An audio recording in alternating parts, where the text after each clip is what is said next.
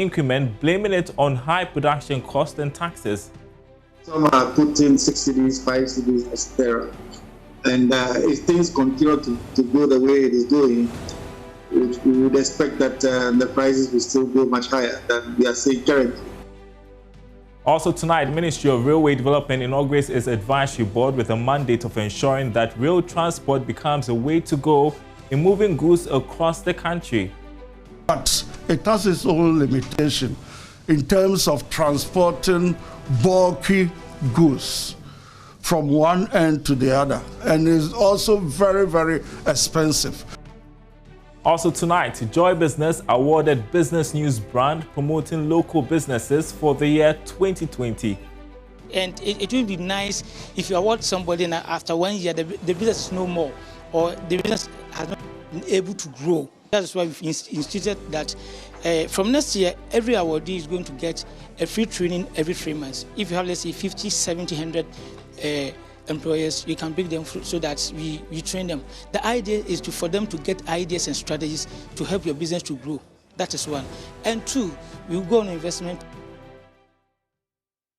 And we'll bring you more from the Semba Africa Business Excellence Awards. Thanks for joining us, everyone. It's Business Live. My name is Darryl Kwao. It's great to be with you tonight. We've got details right after this break.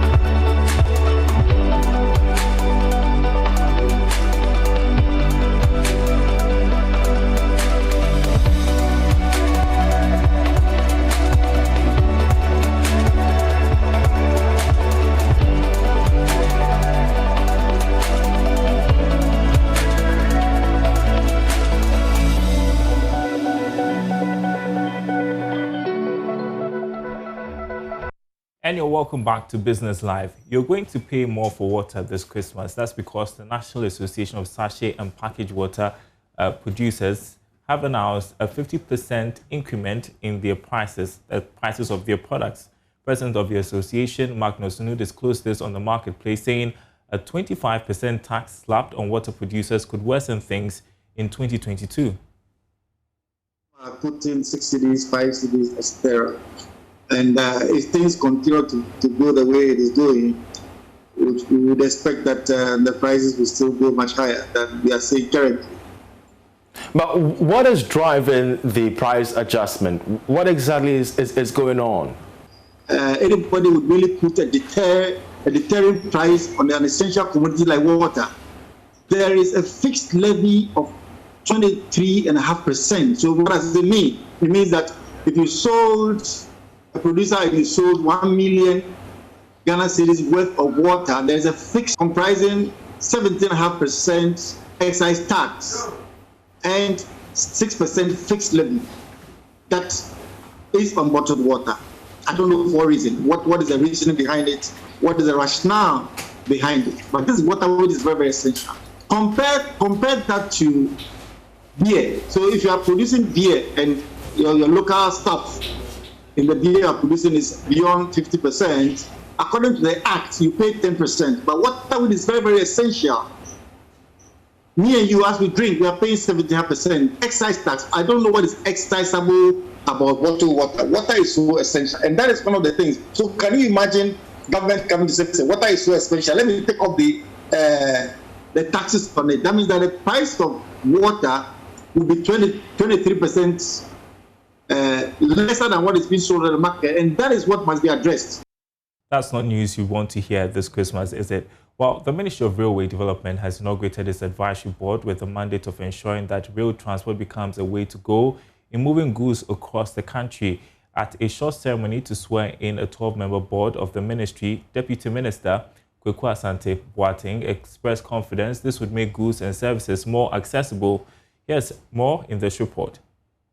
The Ministry of Railway Development was created in order to give some attention to rail transport in the country, a situation many believe will cut down on the cost of transport for goods and services across the regions in Ghana. During a short ceremony to swear in the advisory board for the ministry, the Deputy Minister for Railways Development, Kwaku Asante-Boateng, charged the board to support initiatives by the ministry to make the agenda successful. It's about how freely each and every one of us will be able to move services and goods across the country in the most fastest way.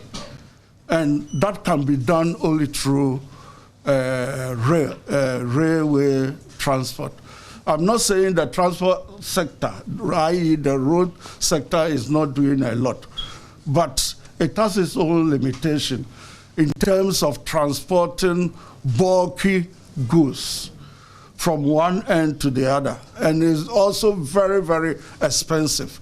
And when I say that, and I relate that to agricultural sector, if you have a lot of goods, and we know some of the even farmers in the hinterlands, sometimes even transporting their goods to Accra becomes a problem, and they normally end up selling their goods at giveaway prices. But with railways coming into place as a means of transport, it will help a lot of Ghanaians to achieve their aim. He has also been highlighting some of the plans by the ministry to get the whole country connected by rail, such that we will be able to do a lot to revamp the sector.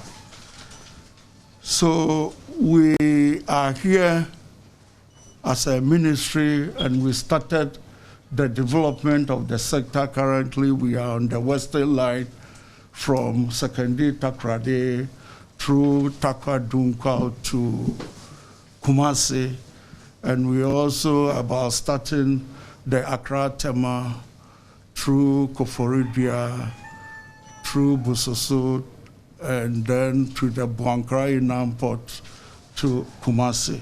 The advisory board is to be chaired by the Minister for Railway Development, John Peter Amil.